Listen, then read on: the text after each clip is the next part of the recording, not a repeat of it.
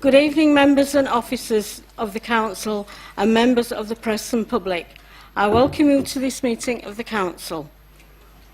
If the fire alarm is activated, please vacate the offices via the stairs, either through the security doors to my right or opposite the lifts in the foyer. Please do not use the lifts. Please assemble in Hawley Square on the Green. Officers will assist you and advise when it is deemed safe to return to the chamber. The proceedings of this meeting will be recorded and subsequently broadcast on the internet.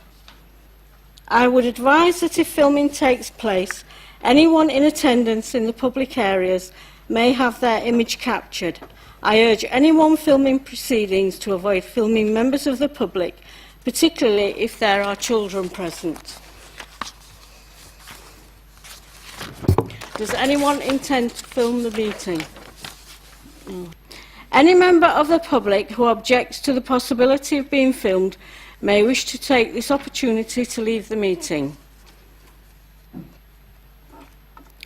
Any filming or recording will not be permitted for any item of business where exempt or confidential information is considered following the exclusion of the press and public from the meeting. Would everyone present please ensure that their mobile phones are turned to silent and that they are not used to make or receive phone calls in the chamber whilst this meeting is in progress. Agenda item 1, apologies for absence. Are there any apologies for absence?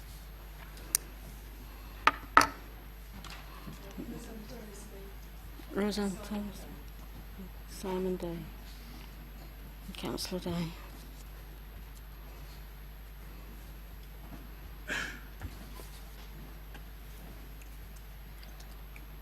Agenda item 2. Minutes of the previous meeting held on the 7th of December 2017. I move that the minutes of the meeting of the Council held on the 7th of December 2017 be approved and signed as a correct record. Would the Vice Chairman please second? Seconded, Madam Chairman. Thank you. Do members agree? Thank you. Agenda item 3. Minutes of the extraordinary meeting held on the 18th of January 2018. I move that the minutes of the extraordinary meeting of the Council held on 18th of January 2018 be approved and signed as a correct record. Would the Vice Chairman please second? Seconded, Madam Chairman. Do members agree? Thank you. Agenda item 4, announcements. I have not been informed of any announcements. Agenda item 5, declarations of interest. Are there any declarations of interest? No. Agenda item 6, Treasury Management Strategy Statement and Annual Investment Strategy, Mid-Year Review Report 2017-18. I call upon Councillor Townend. Thank you, Madam Chairman. This report is required in accordance with the CIPFA Code of Practice on Treasury Management. This report was considered by the Governance and Audit Committee on the 6th of December 2017 and agreed by Cabinet on the 16th of January 2018. I move that Council approves this recommendation. Is there a seconder? Second, Chairman. Oh, sorry, Councillor Gregory. Would you like to speak?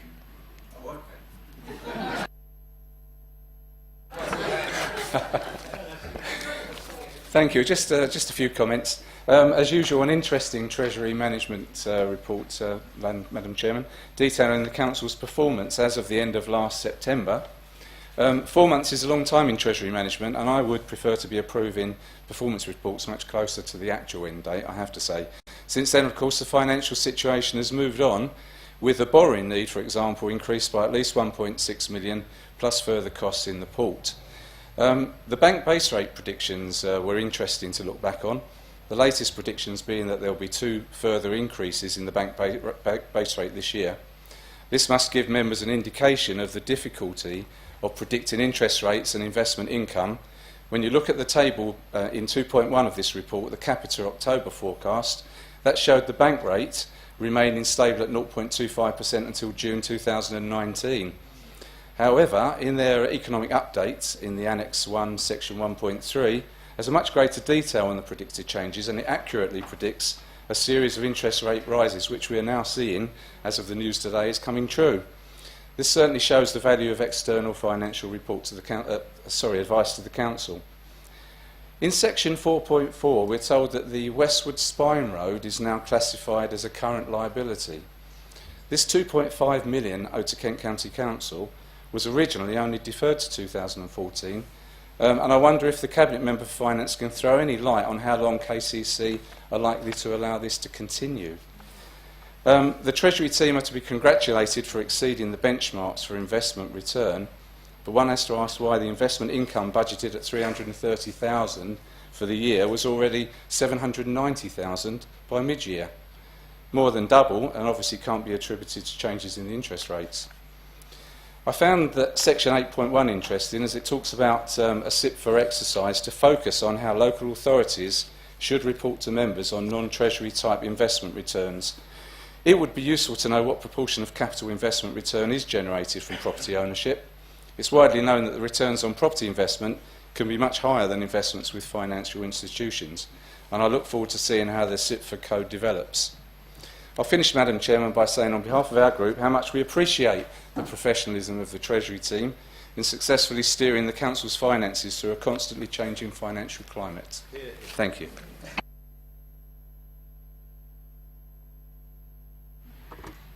Do members agree with the Treasury Management Statement?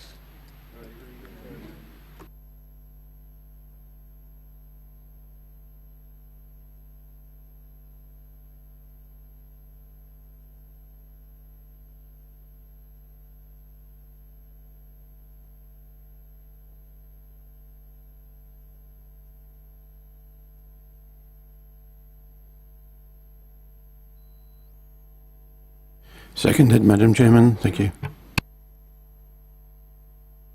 Do members agree? Thank you. Agenda item 8, Budget 2018-19 and Medium-Term Financial Strategy 2018 to 2022. I would advise that in accordance with Council Procedure Rule 17.6, I will call for a recorded vote on the motion or any amendments and substantive motions. I call upon Councillor Townend. Thank you, Madam Chairman. This report presents the budget for the General Fund, Housing Revenue Account, Capital Budgets and Treasury Management Strategy for the financial year 2018 to 2019. It was approved by Cabinet on the 16th of January. It was also considered by Overview and Scrutiny Panel on the 25th of January, and there were no recommendations to Council. Cabinet has been working with officers for many months to develop the proposals. Most members have been briefed informally on the details at specifically arranged budget briefing sessions in addition to the normal channels. Council has already approved increases to fees and charges, which will generate an additional £390,000. Further income generation plans and efficiency savings are set out in Section 7. The medium-term financial strategy is set out in detail in Annex 1.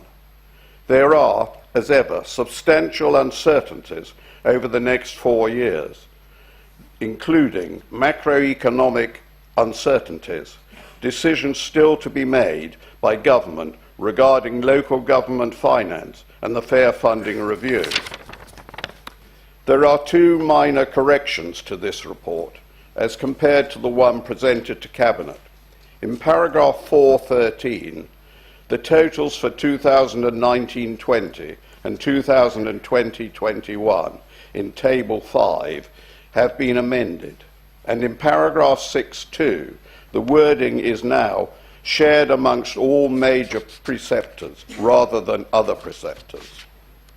Council tax is recommended to be £226.44 for a Band D property in 2018-19, which represents 2.99% increase.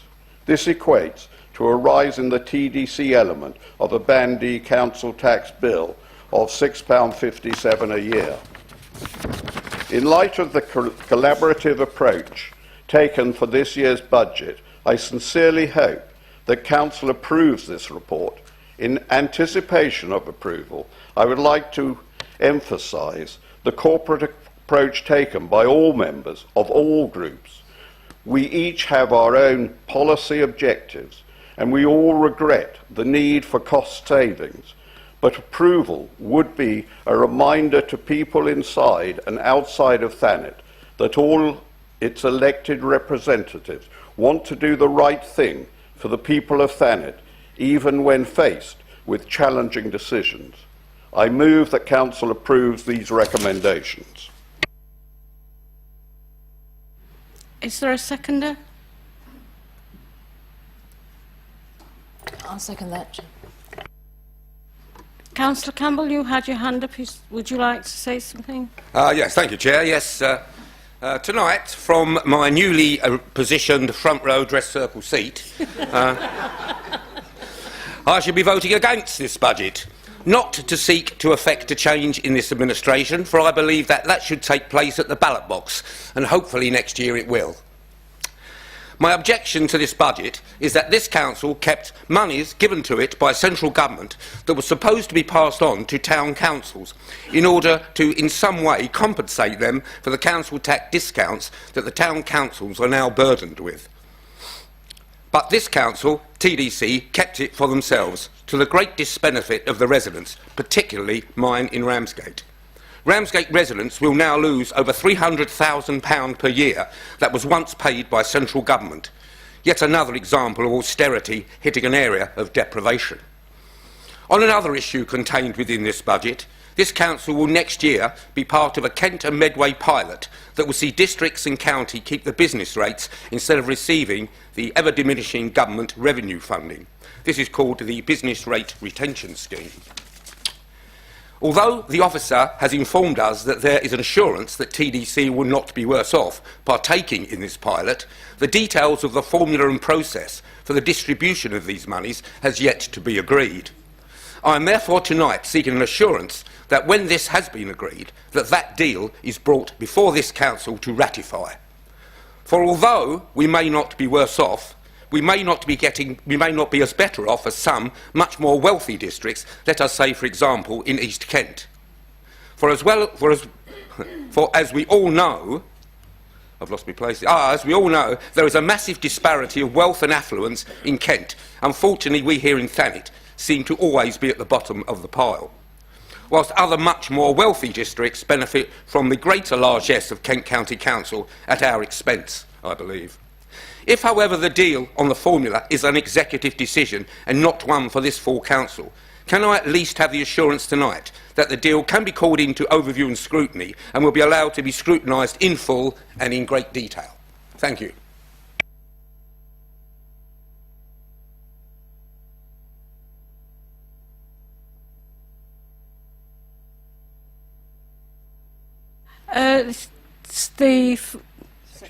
Section 1. 151 officer will reply to that. Yeah.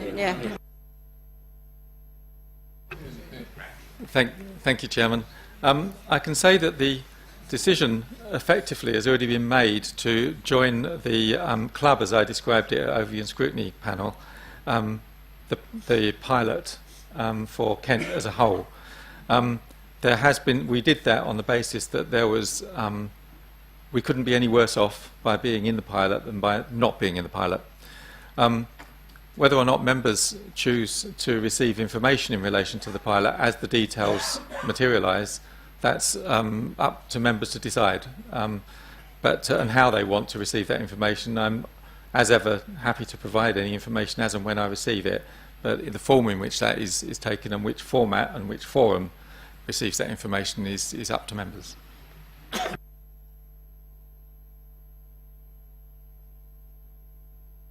Councillor Johnson. Thank you very much, Chairman, and thank you to the officers for what is always a very difficult report to produce in difficult times, often influenced by what's happening all over the country and central government, and I do appreciate the difficulties.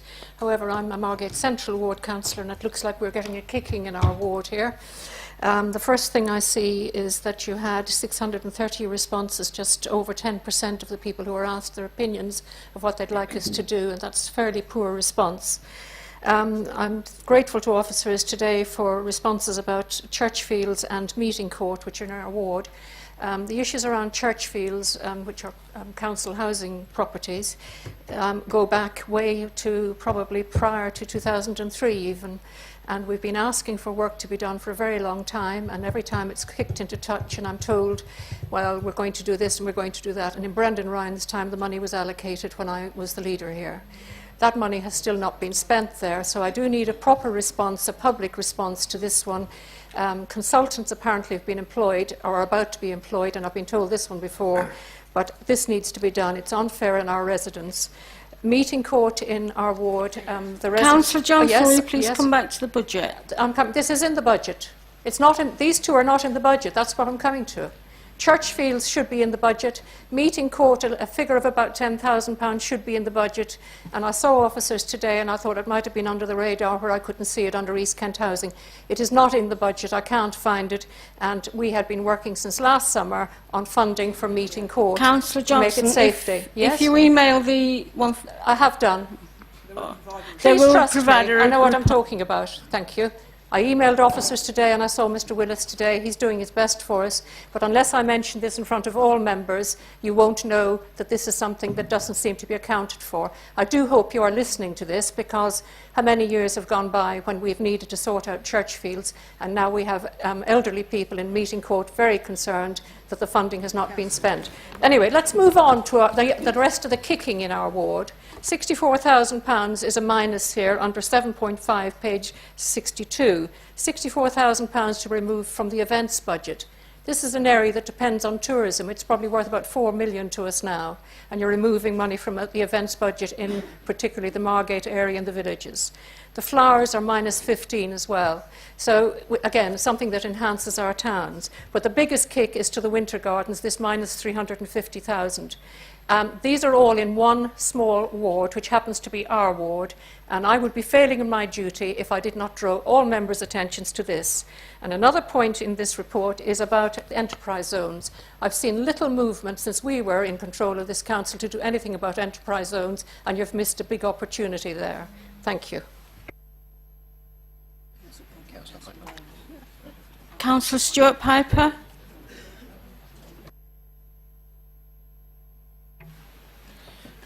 Thank you, Chair. I'd like to say on behalf of the Thanet Independent UKIP group that we will be supporting this budget proposal this evening. I should, however, just like to make it clear that we are not supporting it because we are stupid or cast our votes stupidly or irresponsibly in this chamber. We are supporting it because we recognise the hard work done by Mr Willis and his team under extremely difficult circumstances to get us to this point. We are supporting it because we recognise our legal responsibility to produce a balanced budget. So we are happy to support this proposal and hopefully to allay any fears the leader may have of barbaric or political emasculations or castrations with our vote this evening. Thank you, Chair. Councillor Gregory. Don't want one of those, no.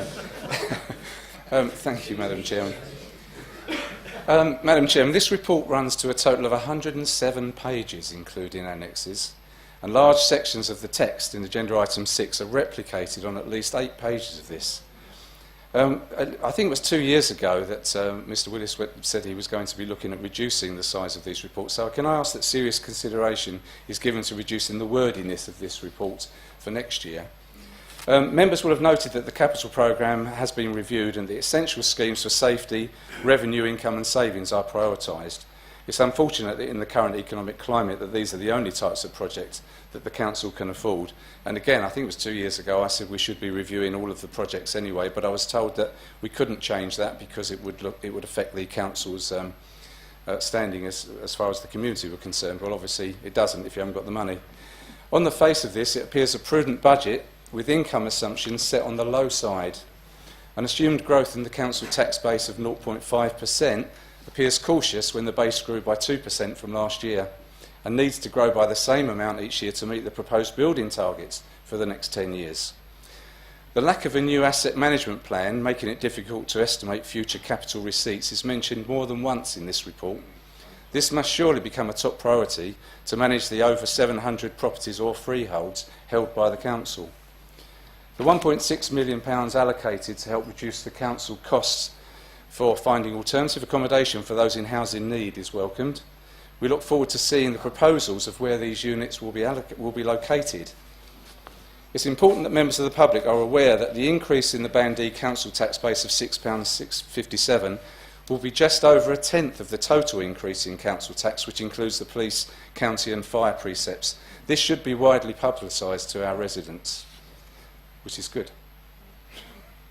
A great deal of work has obviously gone into the proposals to meet the £2.8 million funding gap.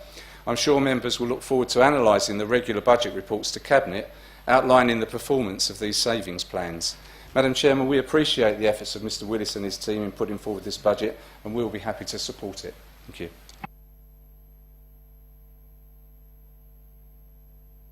Councillor Wells. Yes, thank you, Madam Chairman. Just to pick up Councillor Gregory's points first.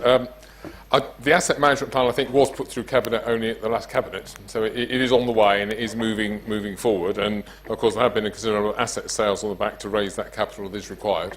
So it is there, it is moving forward, and it is going to be available to actually craft the rest of those asset sales that actually need to be made. Councillor Johnson, Councillor Campbell's comments, I completely agree. I have considerable sympathy with the position that you find yourselves in, as I suspect you must find the position that we find ourselves in. I'll just go back to the actual very basic position we have at the start of this scenario that we're dealing with here tonight, which is that if you go back to 2012, £22 million worth of revenue budget for this council, of which 11 million came directly from central government. You look at 2019 or thereabouts, we're talking about £16.5 million worth of revenue, which we have to raise all locally. And there's no point in pretending otherwise. Something has to give. And in doing that and being in that position, we have to make very painful, very difficult decisions. Nobody's picking on a particular ward or a particular area, although I have heard tale over time of Ramsgate feeling different from time to time. So maybe it's Margate's turn. They are agonising decisions. They're ones that we had to actually make. And the very last decision we made was the most agonising. It was about the events budgets. And it's not because we wanted to do, it's because actually we'd already got to the stage where there were likely to be a number of staff redundancies, and we looked at all the other options, and we still had a gap to close. And anybody listening to the television news and the radio news over the weekend and hearing about Northamptonshire coming to a shuddering halt, Haringey in a degree of chaos. Even Lord help us, Paul Carter of Kent County Council on Radio 4 this morning, defending all the many dozens of things he's done to try and make ends meet, which I noticed didn't include the 15% rise in members' allowances, but perhaps we should forgive him that. Everybody up and down local government in this country at this moment is struggling to try and make those balanced budgets work. And it is going to be a painful exercise over the next few years, as much as it has been over the last few. But we are, in that context, in a better shape and a better place than some of our colleague councils over the rest of the country, because of the hard work that's been done before by everybody in this chamber in agreeing budgets over the last 2 or 3 years. Thank you.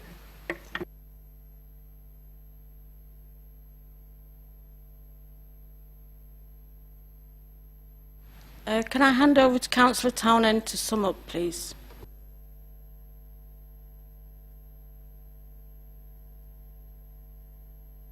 Thank you, Madam Chairman. Switch this thing on now. I don't know what you want me to say, but I think we've said everything, and I think we all know we're in a predicament, and we're doing the best we can possibly. Thank you.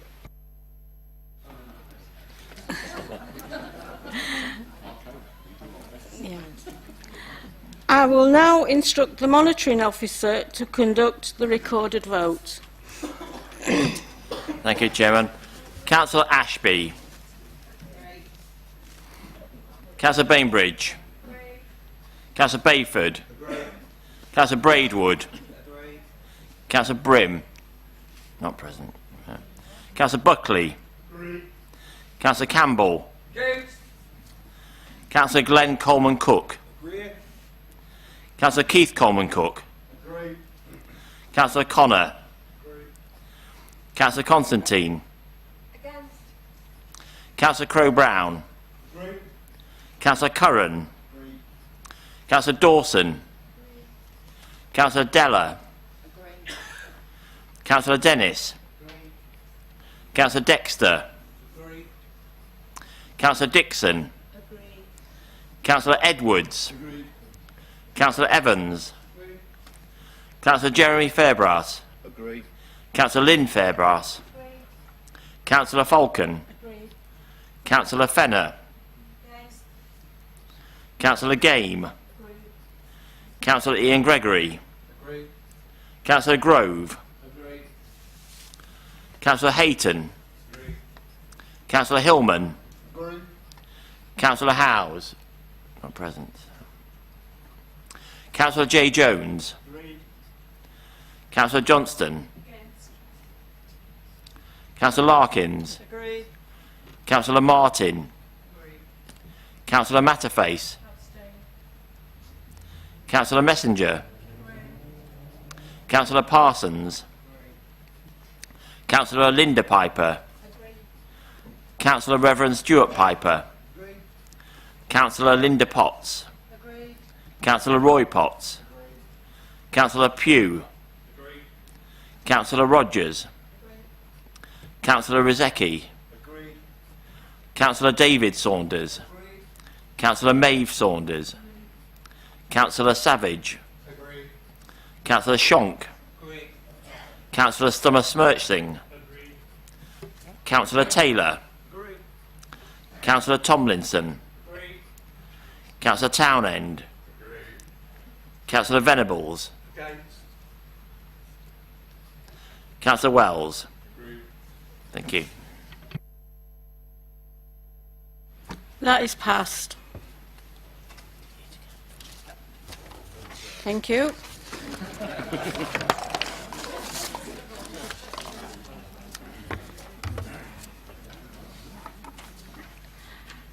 Agenda item 9, changes to committees, panels and boards, 2017-18. Please refer to the supplementary agenda number 1, proportionality. I call upon the leader to make a proposal in respect of the options as outlined in the report. Okay, my understanding from Democratic Services is that the only preference for anybody's put forward is for option 1, and other leaders have said that they had no particularly strong preference, so I propose option 1, and I've already advised Mr Hughes of the changes that are necessary for option 1 for my group. Is there a seconder? Councillor Piper. Does any member wish to propose an alternative option? No. No. Do members agree? Thank you.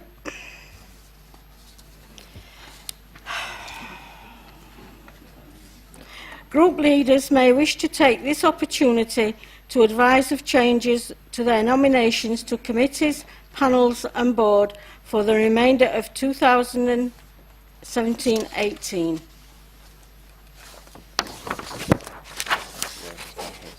Right.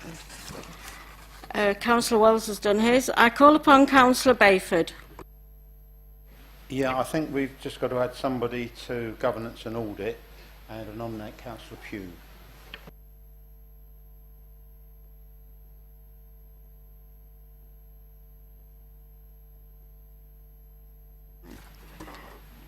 I call upon Councillor Reverend Piper. Thank you, Chair. For planning, Councillor John Buckley, Councillor Robin Edwards, Councillor Linda Piper, Councillor Gary Taylor. For licensing board committee, Councillor Linda Potts, Councillor Roy Potts, Councillor Trevor Shonk. Overview and scrutiny committee, Councillor John Dennis, Councillor Roy Potts, Councillor George Rizecki. Governance and Audit Committee, Councillor John Buckley, Councillor Bertie Braidwood, Councillor Linda Piper, Councillor George Rizecki. General Purposes Committee, Councillor Robin Edwards, Councillor Gary Taylor. Excuse me. Thank you, Chair. Does any other group leader wish to make any amendments to their committee nominations?